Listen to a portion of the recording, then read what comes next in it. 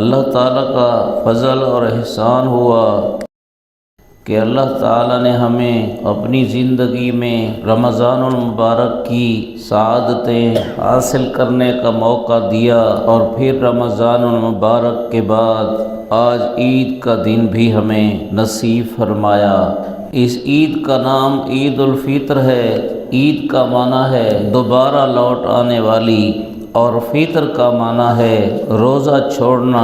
تو عید الفطر کا معنی ہے روزہ چھوڑنے کا حکم دوبارہ لوٹ آیا، یعنی پہلے ہم روزہ نہیں رکھتے تھے، پھر رمضان المبارک میں روزہ رکھنے کا حکم ہوا، اب روزہ چھوڑنے کا حکم ہو گیا، تو روزہ چھوڑنے کا حکم دوبارہ لوٹ آیا۔ یہ معنی ہے عید الفطر کا، جس کا مطلب ہے کہ عید الفطر اس کی ہے جس نے روزے رکھے ہیں، اس لیے کہ اسی کا روزہ چھوڑنے کا عمل دوبارہ واپس آیا ہے۔ اور جو رمضان المبارک سے پہلے جیسے روزہ چھوڑے ہوئے تھا اور رمضان المبارک میں بھی روزہ چھوڑے رہا، تو اس کو تو عید الفطر یعنی روزہ چھوڑنے کا دوبارہ حکم نہیں ہوا، اس لیے کہ اس نے رکھا ہی نہیں کہ اسے چھوڑنے کا حکم ہوا ہو۔